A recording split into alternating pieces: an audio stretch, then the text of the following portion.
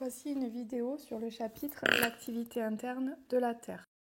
L'activité interne de la Terre peut se manifester à la surface, avec par exemple l'apparition de séismes, comme le séisme en Italie en 2016, qui a causé de nombreux dégâts matériels et humains, comme vous pouvez le voir sur la photographie. Le volcanisme est également une manifestation de l'activité interne de la Terre à la surface. On va voir dans les diapos suivantes comment l'activité interne de la Terre peut conduire à la formation d'un séisme et à la formation du volcanisme. Un séisme est une rupture des roches en profondeur. Le point de rupture va être appelé foyer. À partir de ce point, vont diffuser dans toutes les directions de l'espace des ondes sismiques. Lorsque cette onde sismique va arriver à la surface, cela va pouvoir engendrer des dégâts. Le point à la surface où les ondes sont les plus importantes est appelé épicentre.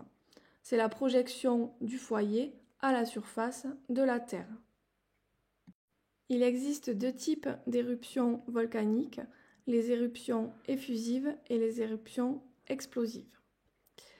Dans tous les cas, une éruption volcanique est liée à une fusion partielle des roches en profondeur, entraînant la formation d'un magma. Ce magma va ensuite remonter vers la surface et être stocké dans ce qu'on appelle un réservoir magmatique ou une chambre magmatique.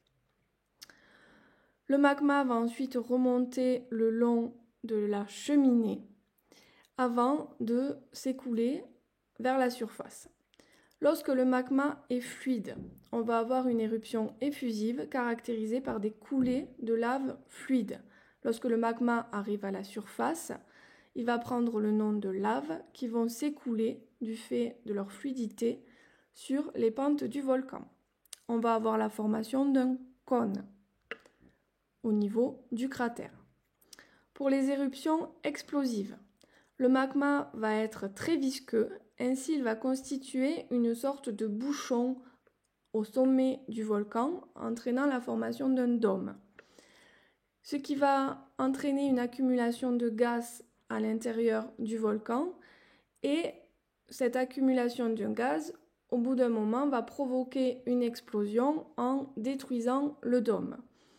La structure caractéristique de ces éruptions explosives, c'est la nuée ardente. Donc c'est des nuées composées de fumée, de lave et de projections qui vont dévaler de façon très rapide les pentes du volcan et entraîner de nombreux dégâts sur leur passage. La mesure de la vitesse des ondes sismiques en profondeur a permis de connaître la structure interne de la Terre. En effet, chaque fois qu'il va y avoir une variation de vitesse, on va changer de milieu, on va traverser des milieux aux caractéristiques physiques différentes, comme par exemple la densité. La partie supérieure va être appelée la croûte. Vous pouvez constater qu'en milieu océanique et en milieu continental, cette croûte ne va pas avoir la même épaisseur.